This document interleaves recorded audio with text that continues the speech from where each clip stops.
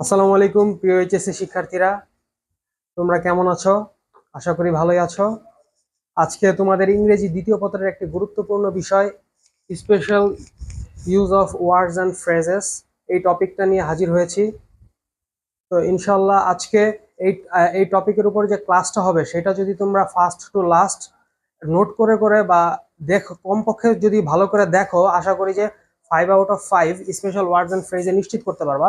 কারণ এখানে যতগুলা টেকনিক আছে এবং যে টেকনিকগুলো সহজভাবে টেকনিকের মাধ্যমে বুঝাবো, তোমরা ইজিলি এটা পরীক্ষায় রিকল করে করে সেটা অ্যান্সার করতে পারবা, যে কোনো ওয়ার্ড এবং ফ্রেজ।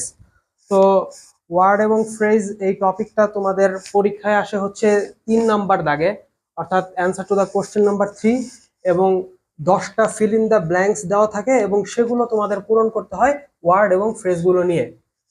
তো সবার প্রথমে ওয়ার্ড এবং ফ্রেজ বলতে কি বোঝায়? ওয়ার্ড হচ্ছে একটা শব্দ, আর ফ্রেজ বলতে হচ্ছে একাধিক শব্দগুচ্ছ মিলে যখন একই একটা অর্থ দেয়। যেমন অ্যাজ ইফ একাধিক শব্দ, কিন্তু এর অর্থ হচ্ছে যেন, অর্থাৎ এটি সবসময় একসাথে বসে। এই ওয়ার্ডগুলা একা একা বসতে পারে না।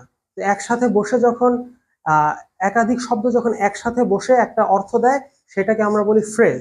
তো এই ওয়ার্ড এবং ফ্রেজগুলো ব্যবহার করেই তোমাদের এই 10টা ফিল ইন দ্য ব্ল্যাঙ্কস পূরণ করতে হবে। এখানে অপশনগুলো সব দেওয়া থাকবে। তোমাদের মোট ওয়ার্ড এবং ফ্রেজ পরীক্ষায় আসবে হচ্ছে 10টি। আর আহ, তোমাদের বিগত বছরের কোশ্চেনগুলো বিশ্লেষণ করে দেখা গেছে যে যদি তোমরা মোট 16টা ওয়ার্ড এবং ফ্রেজ মনে রাখতে পারো, ইনশাল্লাহ যে এই 10টাই প্রপারলি অ্যান্সার করতে পারবে। অর্থাৎ 10টা ওয়ার্ড এবং ফ্রেজ প্রশ্নের অ্যান্সার করার জন্য তোমাদের 16টা ওয়ার্ড এবং ফ্রেজ মাথায় রাখতে হবে। তো আসো, সময় নষ্ট না করে পরের 16টা ওয়ার্ড এবং ফ্রেজ তোমরা কি কি করবা সেগুলো একটু দেখি। এই যে কোশ্চেন হচ্ছে এভাবে দেওয়া থাকবে, 3 নাম্বার, এটা হচ্ছে তোমাদের 3 দাগে কোশ্চেনটা দেওয়া থাকে। এবং তোমরা অ্যান্সার করার সময় অবশ্যই এই যে এ দিয়ে পুরাটা লেখেও অ্যান্সার করতে পারো। পুরাটা লিখতে যদি সময় অনেক বেশি কনজিউম হয়ে যায়, তোমরা এ দিয়ে শুধু অ্যান্সারটা লেখা দিলেও তোমাদের অ্যান্সার হয়ে যাবে। এই 10টা ফিল ইন দ্য ব্ল্যাঙ্কস পূরণ করার জন্য 5 মার্কস। তো দেখো, ওয়ার্ড এবং ফ্রেজে সবার প্রথম ওয়ার্ড এবং ফ্রেজটা আমরা আজকে শিখবো হচ্ছে হ্যাভ টু অথবা হ্যাজ টু অর্থ কি? অবশ্যই করতে হবে। কোনো একটা কাজ করার ক্ষেত্রে যদি বাধ্যবাধকতা থাকে, তাহলে আমরা হ্যাভ টু অথবা হ্যাজ টু ইউজ করব। হ্যাভ টু অথবা হ্যাজ টু হচ্ছে মাস্টের পরিপূরক। আমরা যে মাস্ট ব্যবহার করি, যে ইউ মাস্ট ডু ইট, তোমাকে এটা অবশ্যই করতে হবে, এই ধরনের মাস্টের পরিপূরক হিসেবে হ্যাভ টু অথবা হ্যাজ টু বসে। তো দেখো, যখন কোনো কাজ করার পেছনে সমাজের চাপ, নিয়ম, আইন বা তীব্র বাধ্যবাধকতা থাকে, যখন তীব্র বাধ্যবাধকতা থাকবে, তখনই কিন্তু হ্যাভ টু বা হ্যাজ টু আমরা ব্যবহার করি। যেমন দেখো, উই হ্যাভ টু, এই যে এটা হচ্ছে ফিল ইন দ্য ব্ল্যাঙ্কসে দেওয়া থাকবে, we have to respect our parents, আমাদেরকে আমাদের পিতামাতাদের কি সম্মান করতে হবে। তো এটা কি একটা বাধ্যবাধকতা, অর্থাৎ না সম্মান করে তোমার আর কোনো উপায় নেই, অর্থাৎ এই কাজটা তোমাদের করতেই হবে। যেমন আমি যদি নর্মালি বলি যে আই গো টু স্কুল, আমি স্কুলে যাই, ঠিক আছে, এটাকে আমরা অন্যভাবে বলতে পারি, I have to go, I have to go to school, অর্থাৎ আমাকে স্কুলে যেতেই হয়। অর্থাৎ স্কুলে যাওয়া কি বাধ্যতামূলক। অর্থাৎ স্কুলে যাওয়ার জন্য কি আমাকে সমাজ চাপ দেয়, বা একটা আইন কানুন আছে, স্কুলে না গেলে শাস্তি হয়। স্কুলে যাওয়া কি আমার জন্য বাধ্যতামূলক। অর্থাৎ আই গো টু স্কুল, আমি স্কুলে যাই, I have to go to school, আমাকে স্কুলে যেতেই হয়। তো কোনো একটা কাজ করতেই হয়, মানে সমাজের চাপ থেকে বা নিজের একটা কঠিন পরিণতি যাতে ভোগ করতে না হয়, সেই জন্য একটা কাজের বাধ্যবাধকতা যখন বোঝায়, তখন আমরা কি হ্যাভ টু অথবা হ্যাজ টু ব্যবহার করি।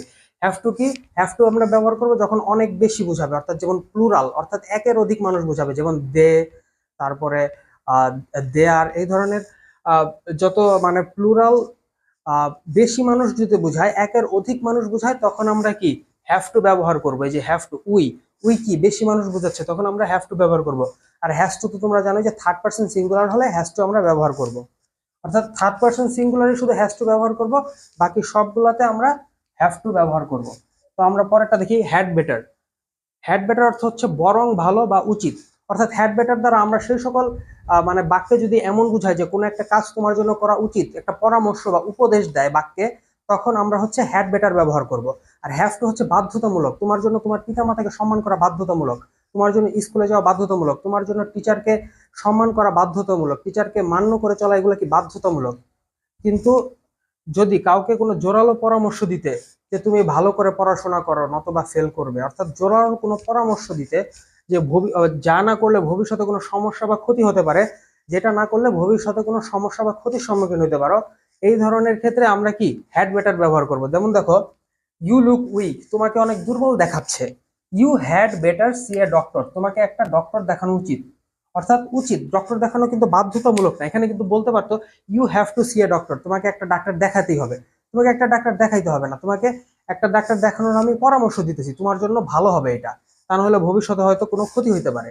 তো আমরা হ্যাড বেটার ব্যবহার করব যখন কোনো পরামর্শ, বাক্যে যখন কোনো পরামর্শ বুঝাবে বা কোনো একটা কাজ করা উচিত বুঝাবে, তখন আমরা হ্যাড বেটার ব্যবহার করব। আর হ্যাভ টু ব্যবহার করব যখন বাধ্যতামূলক থাকবে। পরেরটা হচ্ছে উড রেদার। উড রেদার অর্থ হচ্ছে কি বরং তবুও, দুইটি কাজের মধ্যে একটিকে বেশি পছন্দ করা বা বেছে নেওয়াকে বুঝালে। আর বাক্যে কি থাকবে, দেন থাকবে, বাক্যে কি দেন থাকবে, অর্থাৎ দুইটা কাজ থাকবে। কাজ কয়টা থাকবে, দুইটা কাজ থাকবে, দুইটা কাজের মধ্যে আমাকে একটা পছন্দ করে নিতে হবে, অথবা একটাকে আমাকে বেশি পছন্দ করতে হবে, অথবা একটা যদি আমি বেছে নিতে চাই তখন আমরা উড রেদার ব্যবহার করব।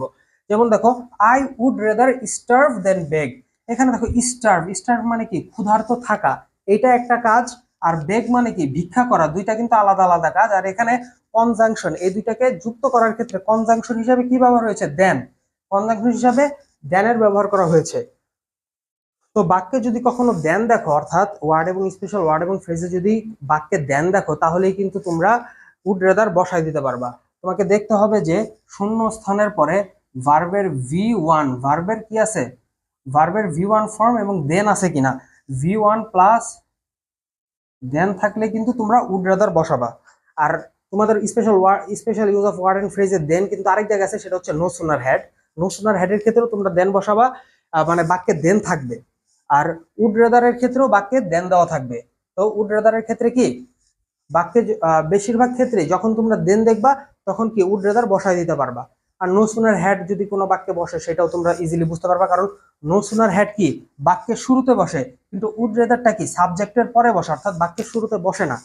তো বাক্যে যখন দেখবা যে একটা সাবজেক্ট দেওয়া আছে, সাবজেক্টের পরেই সাবজেক্ট দেওয়া আছে, সাবজেক্টের পরে একটা গ্যাপ দেওয়া আছে, গ্যাপের পরে V1 প্লাস দেন, তখন কি তোমরা উড রেদার বসাই দিবা। অর্থাৎ বাক্যের মাঝখানে যদি গ্যাপ দেওয়া থাকে এবং দেন দেওয়া থাকে, তাহলে চোখ বন্ধ করে কি উড রেদার বসাই দিবা।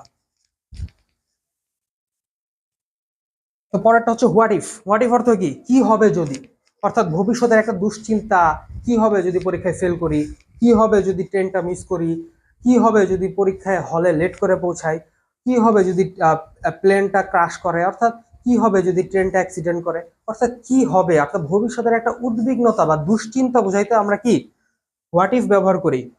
What if I miss the train, কি হবে যদি আমি ট্রেনটা মিস করি, কি হবে যদি আমি ট্রেনটা মিস করি। এই যে হোয়াট ইফ, অর্থাৎ হোয়াট ইফের ক্ষেত্রে কি বাক্যের শুরুতেই কি থাকবে, তোমাদের ফিল ইন দ্য ব্ল্যাঙ্কস থাকবে এবং তারপরে একটা সেন্টেন্স থাকবে। যে দেখো, আই মিস দ্য ট্রেন, এটা কিন্তু একটা assertive sentence, subject plus verb plus object, এটা কিন্তু কি একটা অ্যাসার্টিভ সেন্টেন্স। কিন্তু শেষে কি আছে, অ্যাসার্টিভ সেন্টেন্স হওয়ার সত্ত্বেও কি শেষে কি আছে, প্রশ্নবোধক চিহ্ন আছে। অর্থাৎ প্রশ্নবোধক চিহ্ন আছে, তাইলে আমরা কি বসাবো, হোয়াট ইফ। হোয়াট ইফ অর্থ কি হবে যদি, অর্থাৎ একটা একটা ফিল ইন দ্য ব্ল্যাঙ্কস দেওয়া থাকবে এবং ফিল ইন দ্য ব্ল্যাঙ্কস এর পর হচ্ছে অ্যাসার্টিভ সেন্টেন্স দেওয়া থাকবে, তখন আমরা কি হোয়াট ইফ বসাবো। হোয়াট ইফ অর্থ কি কি হবে যদি আমি পরীক্ষায় ফেল করি, কি হবে আই মিস দ্য ট্রেন, কি হবে যদি আমি ট্রেনটা মিস করি। তো এখন আমরা চারটা শিখলাম। চারটা সবার প্রথমে কি হ্যাভ টু, হ্যাজ টু, অবশ্যই করতে হবে, অর্থাৎ কোনো একটা কাজে বাধ্যবাধকতা থাকলে হ্যাভ টু, হ্যাজ টু। আর হ্যাড বেটার হচ্ছে যদি বাক্যে বুঝায় যে তোমাকে কোনো একটা কাজ করা উচিত, তোমাকে ডাক্তার দেখানো উচিত, তোমাকে ভালোভাবে পড়ালেখা করা উচিত, এই ধরনের উচিত বুঝিতে, অর্থাৎ উচিত বুঝিতে আমরা হ্যাড বেটার ব্যবহার করবো। তারপর হচ্ছে উড রেদার, দুইটা কাজের মধ্যে যখন আমরা তুলনা করব, বা দুইটা কাজের মধ্যে যখন একটা ভালো আর একটা মন্দ, বা দুইটা কাজের মধ্যে যখন আমরা একটা বেছে নিব, তখন আমরা কি উড রেদার ব্যবহার করব। আর কোনো কিছুর মধ্যে তুলনা করতে আমরা কি সবসময় দেন ব্যবহার করি। তো বাক্যে দেন দেখলেই আমরা কি উড রেদার বসাই দিব। এবং তারপর একটা হোয়াট ইফ। হোয়াট ইফ অর্থ কি কি হবে যদি। হোয়াট ইফ অর্থ কি হবে যদি, যদি ভবিষ্যৎ দুশ্চিন্তা বোঝায় বাক্যে, বাক্যটা পড়ে যদি তোমার মনে হয় যে না ভবিষ্যৎ দুশ্চিন্তা বোঝাচ্ছে, তখন আমরা হোয়াট ইফ ব্যবহার করব। আর হোয়াট ইফ এর ক্ষেত্রে আরেকটা জিনিস লক্ষ্য রাখবা, যে সব সময় শূন্যস্থানের পরে একটা সেন্টেন্স থাকবে, সেটা হচ্ছে অ্যাসার্টিভ সেন্টেন্স, যেখানে কিন্তু সম্পূর্ণ যে সাবজেক্ট থেকে শুরু করে সাবজেক্ট মিস হচ্ছে ভার্ব, তারপরে যে দা ট্রেন অবজেক্ট এবং শেষে একটা কি প্রশ্নবোধক চিহ্ন থাকবে। তো এরকম কিন্তু একটাই আছে, এরকম একটা নিয়মই আছে। অর্থাৎ যদি দেখো যে এরকম ফিল ইন দ্য ব্ল্যাঙ্কস দেওয়া আছে এবং তারপরে কি অ্যাসার্টিভ সেন্টেন্স দেওয়া আছে এবং প্রশ্নবোধক চিহ্ন দেওয়া আছে, তাহলে চোখ বন্ধ করে কি বসাই দিবা? চোখ বন্ধ করে বসাই দিবা কি বড় হাতের হোয়াট লিখবা আর ইফ। ঠিক আছে, বড় হাতের হোয়াট ইফ, ডাব্লিউটা বড় হাতের হবে।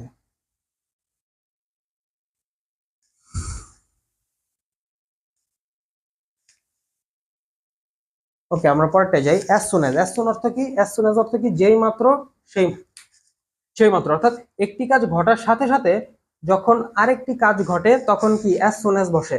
অর্থাৎ একটা কাজ ঘটার সাথে সাথেই যখন আরেকটা কাজ ঘটবে তখন আমরা অ্যাজ সুন অ্যাজ বসবো। অ্যাজ সুন অ্যাজ মানে কি হতে না হতে, ঘটতে না ঘটতে, যেই মাত্র সেই মাত্র। As soon as the bell rang, as soon as যেই মাত্র বেলটা বাজলো দ্য স্টুডেন্ট লেফট, সেই মাত্র স্টুডেন্টরা কি চলে গেল। যেই মাত্র ঘন্টা বাজলো সেই মাত্র স্টুডেন্টরা কি চলে গেল বা ক্লাসরুম ত্যাগ করলো। তো সেই ক্ষেত্রে আমরা কি অ্যাজ সুন অ্যাজ বসাবো, শুধু অ্যাজ সুন অ্যাজ বসাবো। আর অ্যাজ সুন অ্যাজ কি বাক্যের প্রথমে বসবে, অ্যাজ সুন অ্যাজ বসিয়ে দিব। আর no sooner had, as soon as আর নো সুনার হ্যাড মোটামুটি একই ধরনের অর্থ দেয়, কিন্তু অ্যাজ সুন অ্যাজ হচ্ছে পজিটিভ আর নো সুনার হ্যাড হচ্ছে নেগেটিভ। নো সুনার হ্যাড অর্থ কি করতে না করতে, ঘটতে না ঘটতেই, হ্যাঁ খাইতে না খাইতে, এই ধরনের। একটা কাজ শেষ হতে না হতে আরেকটা কাজ শুরু হয়েছিল বোঝাতে, বাক্যে বুঝাতে। আর হচ্ছে বাক্যে দেন থাকবে, এই যে দেখো বাক্যে দেন থাকবে। No sooner had we reach the station then the train left, অর্থাৎ আমরা স্টেশনে পৌঁছাতে না পৌঁছাতেই ট্রেনটি ছেড়ে গেল। ট্রেনটি কি ছেড়ে গেল, অর্থাৎ ট্রেনটি স্টেশন ছেড়ে গেল, আমরা পৌঁছাতে না পৌঁছাতে, অর্থাৎ পৌঁছানোর সাথে সাথেই কি ট্রেনটা ছেড়ে গেল। অর্থাৎ সাথে সাথেই যখন দুটা কাজ হবে, একটা কাজ ঘটার শেষ হইতে না হইতেই যখন আরেকটা কাজ ঘটে যাবে, তখন আমরা কি নো সুনার হ্যাড ব্যবহার করব। পরেরটা দেখো, it is time high time, অর্থাৎ এখানে কিন্তু সবগুলো আমরা সময়ের জিনিস দেখতেছি, যে একটা কাজ ঘটার সাথে সাথেই যখন আরেকটি কাজ ঘটে তখন as soon as, no sooner had. আর যখন একটা কাজের উপযুক্ত সময় হয়, অর্থাৎ এখনই উপযুক্ত সময়, এখনই শেষ সময়, মানে এখনই কোনো একটা কাজ শুরু করার সঠিক সময়। দেখো কোনো কাজ করার সঠিক সময় পার হয়ে যাচ্ছে এবং নতুন পদক্ষেপ এখনই নেওয়া উচিত বোঝাতে। অর্থাৎ কোনো কাজ করতে, অর্থাৎ তুমি মনে করো যে কেউ স্মোকিং করে, কেউ সিগারেট ধূমপান করে, তাদের কি এখনই সময়, যে অর্থাৎ তাদের সময় পার হয়ে যাচ্ছে, তারা ধীরে ধীরে কি অসুস্থ হয়ে যাচ্ছে, তাদের সময় কি পার হয়ে যাচ্ছে, তাদের এখনই স্মোকিংটা বন্ধ করা উচিত। তারপরে হচ্ছে পলিউশনটা কি অনেক বেশি হয়ে যাচ্ছে, এখনই আমাদের এটা বন্ধ করা উচিত। অর্থাৎ আমাদের হাতে আর সময় নেই, আমাদের আগেই এই কাজটা করা উচিত ছিল, কিন্তু আগে যেহেতু করি নাই, আমাদের এই মুহূর্তেই কাজটা করা উচিত। এই ধরনের অর্থ দিতে আমরা কি it is time, it is high time ব্যবহার করি। তো দেখো এই যে it is time we stopped air pollution, এটাই উপযুক্ত সময় আমাদের এয়ার পলিউশনকে বন্ধ করার। আর এখানে আরেকটা নিয়ম আছে, ইট ইজ টাইমের পরে যদি কোনো সাবজেক্ট না আনো, অর্থাৎ এই সাবজেক্টটা না আনো, তাহলে কিন্তু স্টপ হবে না, অর্থাৎ ভার্বের ভি টু ফর্ম বসবে না, তখন বসবে হচ্ছে to stop. It is high time, এখনই উপযুক্ত সময় টু স্টপ এয়ার পলিউশন। অর্থাৎ যে কোনো একভাবে থাকতে পারে, তোমাদের এই যে প্রথমে গ্যাপ থাকবে, গ্যাপের পরে এই যে এরকম দেওয়া থাকবে যে কোনো একটা কিছু বন্ধ করতে হবে, কোনো একটা কিছু বন্ধ করতে হবে, এরকম একটা আভাস দেওয়া থাকবে বাক্যে, তখন আমরা কি বসাবো, ইট ইজ টাইম অথবা ইট ইজ হাই টাইম। পরেরটা দেখো, লেস্ট, লেস্ট অর্থ কি পাছে ভয় হয় যে, লেস্ট অর্থ কি পাছে ভয় হয় যে, পাছে ভয় হয় তুমি ট্রেনটা মিস করে ফেলবে, পাছে ভয় হয় তুমি পরীক্ষায় পাশ করতে পারবে না। অর্থাৎ কোনো একটা কিছু একটা কাজ করতে পারবে, বলবো যে walk fast lest you should miss the train, অর্থাৎ দ্রুত দৌড়াও নতুবা তুমি কি ট্রেনটা মিস করে ফেলবে। অর্থাৎ লেস্ট, লেস্ট কথাটা কিন্তু বাক্যের মাঝখানে বসবে এবং তার আগে একটা বাক্যাংশ বসবে ওয়াক ফাস্ট, অর্থাৎ এই যে একটা ইম্পারেটিভ বাক্যাংশ বসছে, তারপর হচ্ছে লেস্ট, তারপরে এই যে এটা হচ্ছে ফ্রেজটা বসছে you should miss the train, নতুবা তুমি কি এই যে শুড দেখলেই লেস্ট বসাতে পারবা তোমরা।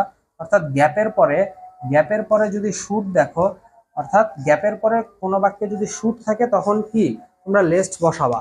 যদি গ্যাপের পরে, অর্থাৎ এই যে এরকম থাকবে ওয়াক ফাস্ট, তারপরে যে গ্যাপ আছে, গ্যাপের পরে যদি শুড থাকে, অর্থাৎ তাহলেই কিন্তু তোমরা লেস্ট বসাবা। লেস্ট অর্থ কি? পাছে ভয় হয় যে কোনো একটা কাজে আমি ফেল করব বা কোনো একটা দুর্ঘটনা আমার সাথে ঘটবে, কোনো নেতিবাচক পরিণতি এড়ানোর জন্য আজকে থেকে সতর্ক হওয়া বুঝালে। অর্থাৎ ওয়াক ফাস্ট, আগে থেকেই সতর্ক করতেছে যে তুমি দ্রুত হাঁটো, lest you should miss the train, নতুবা তুমি কি ট্রেনটা মিস করবা। মনে করো তোমার ট্রেন হচ্ছে 10টায়, তুমি আর তোমার বন্ধু 9:30টায় বের হইছো, তুমি হ্যাঁ ধিমায় ধিমায় যাইতেছো, হ্যাঁ মরা মুরগির মতো। তখন তোমার বন্ধু কি বলতেছে? ওয়াক ফাস্ট, আরে বেটা দ্রুত হাঁট, নতুবা কি ট্রেন মিস করে ফেলাবো। তো এই ধরনের বুঝাইতে আমরা কি এই ধরনের বাক্যে আমরা লেস্ট ব্যবহার করব। ওকে, আমরা টোটাল কয়টা শিখলাম? আমরা টোটাল শিখলাম 8টা। এখানে আমরা 4টা শিখছি, have to, has to, had better, would rather, what if, এবং এখানে হচ্ছে আরো 4টা শিখলাম, as soon as, no sooner had, it is time, it is high time এবং লেস্ট। টোটাল 8টা শিখলাম এবং আরো 8টা আমরা শিখবো। তো পরেরটায় যাই, as if as though. As if as though অর্থ কি? যেন। অ্যাজ ইফ অ্যাজ দো বাক্যে কনজাংশনের মতো বসে, অর্থাৎ বাক্যের মাঝখানে বসে এবং দুইটা বাক্যকে যুক্ত করে। অ্যাজ ইফ অ্যাজ দো এর কাজ কি? বাক্যের মাঝখানে বসে এবং দুইটা বাক্যকে যুক্ত করে। তো অ্যাজ ইফ অ্যাজ দো অর্থ হচ্ছে কি? যেন, এমন ভাবে যেন, অর্থাৎ অ্যাজ ইফ অ্যাজ দো মানে অ্যাজ ইফ অ্যাজ দোর উদাহরণ তোমরা কিভাবে মনে করো, যখন ফুটবল বিশ্বকাপ চলতেছে, তো তোমাদের কিছু বন্ধু আছে না সিজনাল ফ্যান, ওরা কি করে? সিজনাল ফ্যানরা ওরা এসে মনে করে যে ফুটবলের এমন বক্তব্য দিবে, মানে তুমি মনে হবে যে আহারে কত ফুটবল খেলা বুঝে, একেবারে ফুটবল বিশ্লেষক, কিন্তু খেলাও পারে না আর ফুটবলও দেখে না। মানে তুমি তখন কি বলবা? সে এমন ভাব ধরে, হি বিহেভস অ্যাজ ইফ, সে এমন ভাব ধরে যেমন he knew everything about football, say football সম্পর্কে সবই জানে, আসলে কি সে কিছুই জানে না। তো সে আসলে ভাব ধরে অর্থাৎ সে আসলে কিছুই জানে না কিন্তু ভাব ধরে। তো এরকম টিটকারি করার ক্ষেত্রে, কারণে টিটকারি করার ক্ষেত্রে কি আমরা অ্যাজ ইফ অ্যাজ দ্য ব্যবহার করি। অর্থাৎ হি টক্স অ্যাজ ইফ, সে এমন ভাবে কথা বলে, হি নিউ এভরিথিং, যেন সে সব জানে, আসলে সে কিছুই জানে না। সে হচ্ছে একজন মনে করো যে বুকা সুকা লোক, কিন্তু সে মানে নিজের জাহির করার জন্য মানে অনেক বেশি বানায় টানায় উল্টা পাল্টা কথা বলে। তো কাউরে দিয়ে টিটকারি মারার ক্ষেত্রে আমরা কি অ্যাজ ইফ অ্যাজ দ্য ব্যবহার করবো, এবং অ্যাজ ইফ অ্যাজ দ্য কি সবসময় মাঝখানে বসবে, মাঝখানে বসা দুইটা ক্লজকে সংযুক্ত করবে, অর্থাৎ দুইটা বাক্যাংশকে সংযুক্ত করবে। যেমন হি টক্স, সে এমন ভাবে কথা, শি টক্স অ্যাজ ইফ, সে এমন ভাবে কথা বলে, হি নিউ এভরিথিং, অর্থাৎ দেখা এই যে এখানে একটা সাবজেক্ট প্লাস ভার্ব আছে, তারপরে এটা কনজাংশন হিসাবে বসছে, তারপরে হি নিউ এভরিথিং, এখানে কিন্তু ফুল একটা বাক্য আছে, হি নিউ এভরিথিং, এটা কিন্তু একটা ফুল বাক্য হয়ে যায়। তো দুইটা বাক্যকে সংযুক্ত করছে কে? অর্থাৎ এই যে দেখো, এইটা একটা ভার্ব এবং এইটা একটা ভার্ব, একটা বাক্যে কখনোই দুইটা ভার্ব থাকতে পারে না। সেই ক্ষেত্রে দুইটা ভার্ব থাকার জন্য, দুইটা ভার্বকে যুক্ত করার জন্য কি এখানে অ্যাজ ইফ ব্যবহার করা হয়েছে। দুইটা ভার্বকে যুক্ত করার জন্য কি অ্যাজ ইফ ব্যবহার করা হয়েছে। অ্যাজ ইফ শব্দ অর্থ কি? যেন। অর্থাৎ সে এমন ভাব ধরে যেন সে সবই জানে, কোনো বস্তু কোনো বাস্তবতাকে অবাস্তব, কাল্পনিক বা ভণ্ডামির সাথে, অর্থাৎ কারো ভণ্ডামি তুলে ধরতে আমরা কি, কারো ভণ্ডামি তুলে ধরতে আমরা অ্যাজ ইফ অ্যাজ দ্য ব্যবহার করি। পরেরটা দেখো, দেয়ার। দেয়ার হচ্ছে ইন্ট্রোডাক্টরি হিসাবে বসে হচ্ছে দেয়ার, অর্থাৎ কোনো কিছুর ইন্ট্রোডাকশন, কোনো কিছুর পরিচিতি তুলে ধরে। দেয়ারটা কি? কোনো কিছুর পরিচিতি তুলে ধরে। দেয়ার এবং ইট, ইটও কোনো কিছুর পরিচিতি তুলে ধরে, তবে ইট হচ্ছে বস্তুবাচক, অর্থাৎ কোনো ব্যক্তিবাচক না, কোনো মানুষকে বোঝাবে না, কোনো পার্সনকে বোঝাবে না। ইট হচ্ছে ব্যক্তিবাচক, অর্থাৎ ব্যক্তিকে বোঝাবে। আর ইট সবসময় হচ্ছে সিঙ্গুলার। ইট অর্থ হচ্ছে ইহা, এটা হচ্ছে একটা জিনিসকে বোঝাবে। অর্থাৎ যদি ভার্বটা কেবল সিঙ্গুলার থাকে, যেমন ইজ কি সিঙ্গুলার, এই সিঙ্গুলার ভার্বের ক্ষেত্রে শুধুমাত্র কি আমরা ইট বসাবো, ঠিক আছে। আর দেয়ার কখন বসাবো? কোনো স্থানে কোনো কিছুর অস্তিত্ব বা উপস্থিতি আছে বা ছিল বোঝাতে বাক্যের শুরুতে দেয়ার বসে, অর্থাৎ কোনো জায়গায় কোনো কিছুর উপস্থিতি আছে এরকমটা বুঝাইতে আমরা কি, অর্থাৎ বর্তমানে উপস্থিত আছে বা অতীতে উপস্থিত ছিল এরকম বুঝাতে আমরা দেয়ার ব্যবহার করি। যেমন দেখো, there is a big river beside our village, আমাদের গ্রামের পাশে একটা বড় নদী আছে, অর্থাৎ একটা নদীর উপস্থিতি বোঝাচ্ছে। উপস্থিতি বোঝানোর জন্য আমরা কি দেয়ারটা ব্যবহার করেছি, ইন্ট্রোডাক্টরি দেয়ারটা ব্যবহার করেছি বাক্যের শুরুতে। তো এরকম তোমাদের পরীক্ষায় আসতে পারে যে there is a traffic jam on the road, অর্থাৎ রোডে অনেক ট্রাফিক জ্যাম আছে। তারপরে আর আসতে পারে ওয়ান্স আপন এ টাইম দেয়া, তারপরে দেয়ার ওয়াজ এ কিং, একটা কিং এর উপস্থিতি ছিল, অর্থাৎ কোনো কিছুর উপস্থিতি বুঝাইতে, অর্থাৎ কোনো ব্যক্তি বা কোনো বস্তু উপস্থিতি বোঝাতে আমরা দেয়ার ব্যবহার করি। আর দেয়ার কিন্তু প্লুরালের ক্ষেত্রেও দেয়ার বসাইতে পারবা, সিঙ্গুলারের ক্ষেত্রেও দেয়ার বসাইতে পারবা।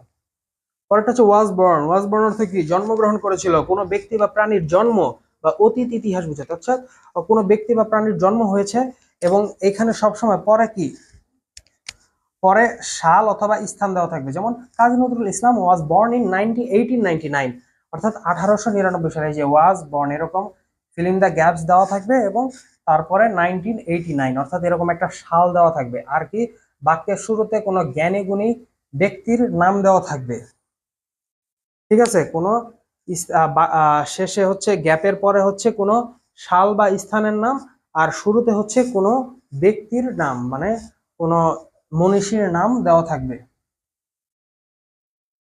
ওকে, আমরা টোটাল 12টা শেষ করলাম, লাস্ট 4টা।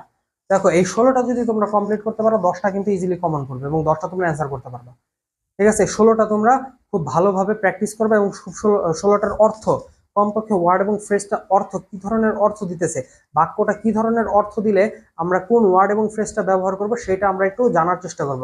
আর কিছু টেকনিক আমি একটু পরে দেখিয়ে দিব, তাহলে তোমরা আরো ইজিলি কোশ্চেন সলভ করতে পারবা। তো দেখো, লেট অ্যালোন অর্থ কি? চিন্তাই করা যায় না এমন। লেট অ্যালোন অর্থ কি? চিন্তাই করা যায় না এমন। অর্থাৎ যখন আমরা দুইটা কাজের কথা বলবো, অর্থাৎ একটা কাজ, একটা ছোট কাজ সেইটাই সে করতে পারে না। একটা কাজ কি, এখানে আমরা দুইটা কাজের কথা উল্লেখ করব। একটা হচ্ছে ছোট কাজ আর একটা হচ্ছে বড় কাজ। ছোট কাজটা ধরো যে, মনে করো যে মোবাইল ফোন কেনা। মোবাইল ফোন কেনা কি, মনে করো যে কম টাকা লাগে, কম এফোর্ট দিতে হয়, একটা ছোট কাজ। আর কম্পিউটার কেনা কি অনেক বড় কাজ, অনেক বেশি টাকা লাগে, অনেক কষ্ট করতে হয়, মনিটর পিসি আলাদা আলাদা জিনিস, কিন্তু অনেক সময় অপচয় হয়। অর্থাৎ তো আমরা এভাবে বলতে পারি যে সে একটা মোবাইলই কিনতে পারে না, একটা কম্পিউটার কিনবে তো চিন্তাই করা যায় না, বা একটা কম্পিউটার কিনবে তো দূরের কথা। অর্থাৎ কোনো একটা কাজ, দুইটা কাজ আমরা এখানে উল্লেখ করব। একটা হচ্ছে ছোট কাজ, ছোট কাজটাই সে ঠিক মতো করতে পারে না, বড় কাজটা যে সে করতে পারবে এটা তো আমি চিন্তাই করতে পারি না। অর্থাৎ কারো প্রতি তুমি করবা, কি বলো এটাকে, কারো প্রতি কি সন্দেহ যে সে এই কাজটা করবে কেমনে, তার তো সেই যোগ্যতাই নেই, সেই যোগ্যতাই নেই, অর্থাৎ তার যোগ্যতার কমতি আছে। তো এই ধরনের এই বাক্যে যদি এই ধরনের অর্থ দেয়, তখন আমরা কি লেট অ্যালোন ব্যবহার করবো। লেট অ্যালোন অর্থ কি? চিন্তাই করা যায় না এমন।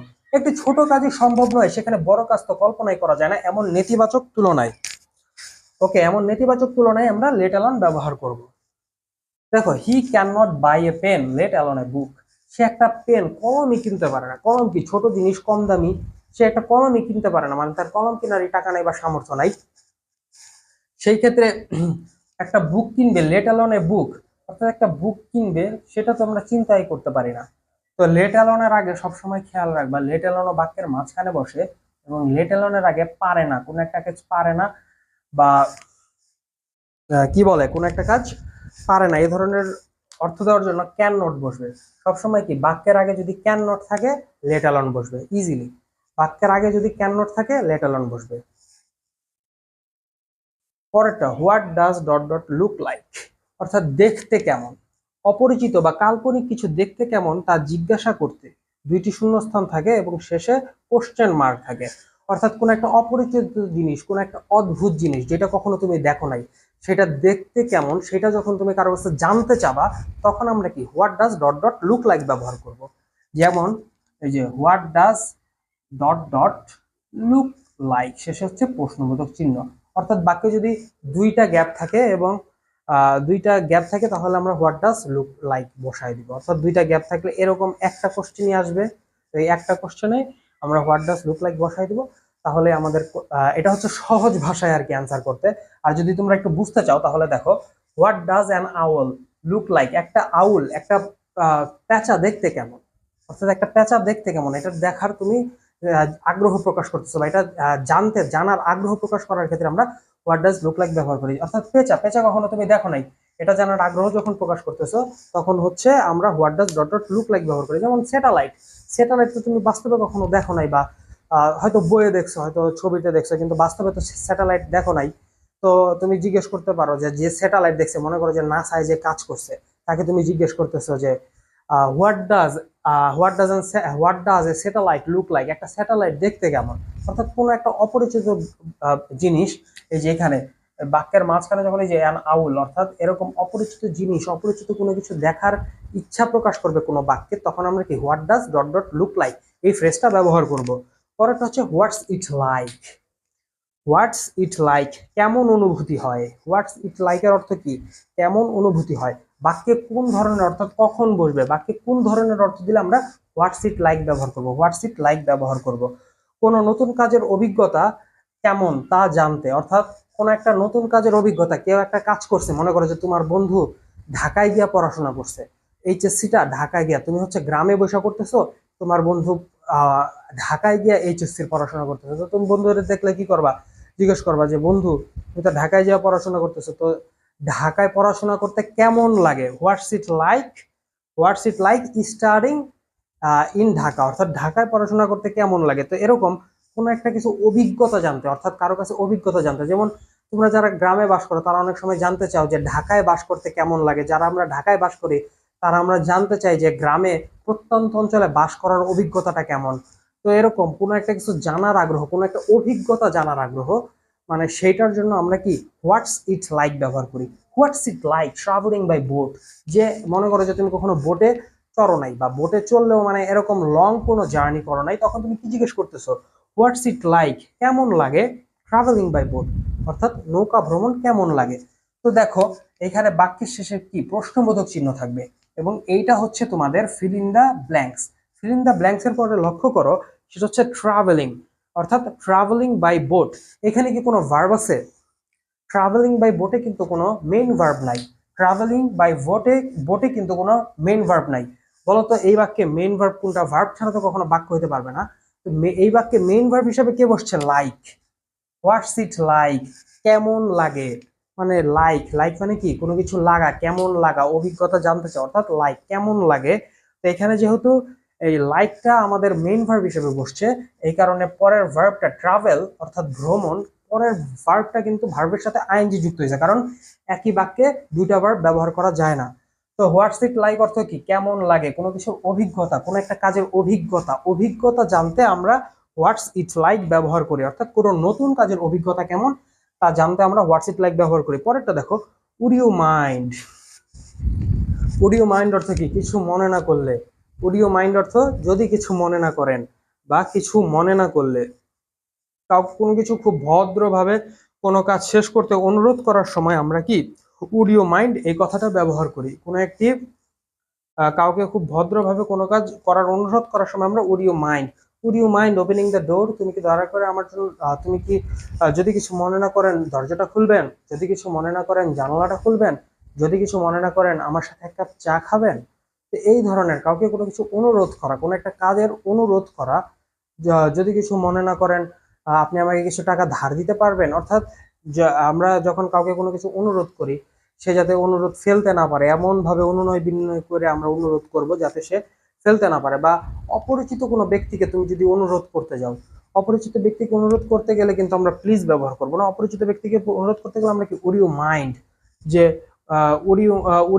Would you mind step aside, অর্থাৎ আপনি একটু দূরে স্টেপিং অ্যাসাইড, অর্থাৎ আপনি একটু এক কদম দূরে সরে দাঁড়াবেন, অর্থাৎ অপরিচিত ব্যক্তি গায়ে ঘেঁষাঘেঁষি করে দাঁড়াইতেছে, তখন আমরা কি বলবো যে would you mind stepping aside, অর্থাৎ আমাদের থেকে একটু দূরে দাঁড়ান। তো এই ধরনের কাউকে যদি আমরা কোনো অনুরোধমূলক কিছু বলতে যাই তখন আমরা কি উড ইউ মাইন্ড এটা ব্যবহার করব।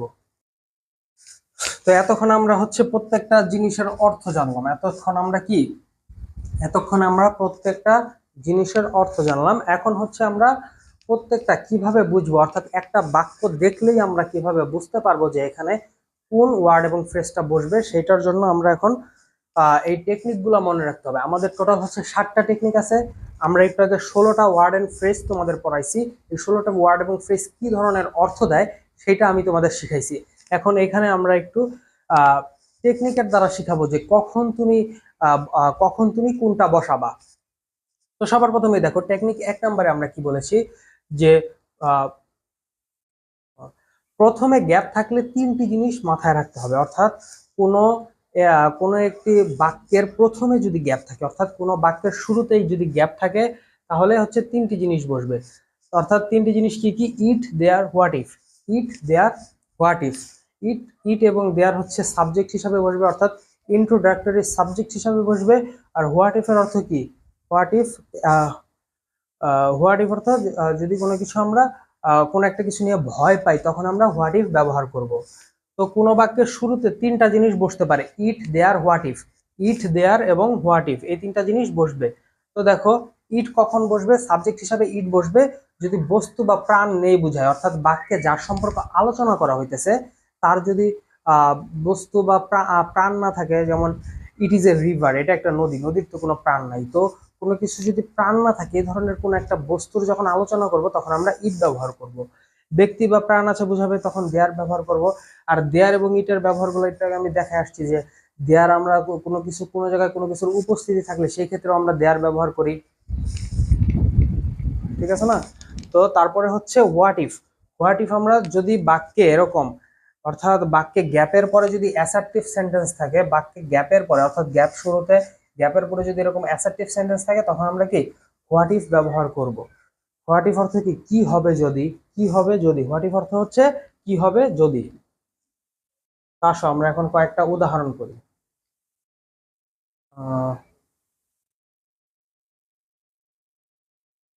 ওকে,